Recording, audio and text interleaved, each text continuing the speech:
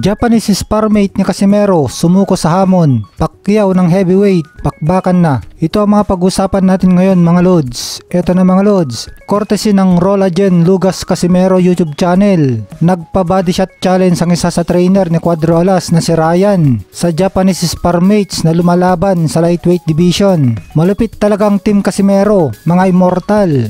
Nginitian lang ni Ryan ang pagpaulan ng suntok ng Japanese sparmate sa kanyang katawan. Syempre laging merong body armor yan. Katulad din ng mga nagpapa-body shot challenge kay Cuadro Alas. Matibay talaga itong si Ryan dahil ang alam ko, siya yung ginagawang punching bag ni Cuadro Alas sa training niya. Maalala na kumasa sa body shot challenge sina Boss Toyo at ang promoter ni Cuadro Alas na si Chitaro Ishii, kung saan bumagsak at namilipit sa sakit si Boss Toyo sa suntok ni Cuadro Alas at si Chitaro Ishii ay umayaw sa lakas ni Casimero at naikwento niya na para daw pang middleweight ang lakas ni Angas ng Pinas. Samantala itong parang si Manny Pacquiao sa lakas at bilis sumuntok at pareho ding southpaw sa heavyweight division na si Shilei Xiang na taga China ay may laban bukas, rematch kay Joe Joyce na taga United Kingdom. Paglalabanan nilang WBO interim heavyweight title. Yung unang laban nila kung saan wala pang talo noon si Joe Joyce ay panalo si Shilei Xiang via 6 round technical knockout. Tinigil ng referee ang laban dahil sa advice ng doktor kasi napinsala ang kanang mata ng Bruton.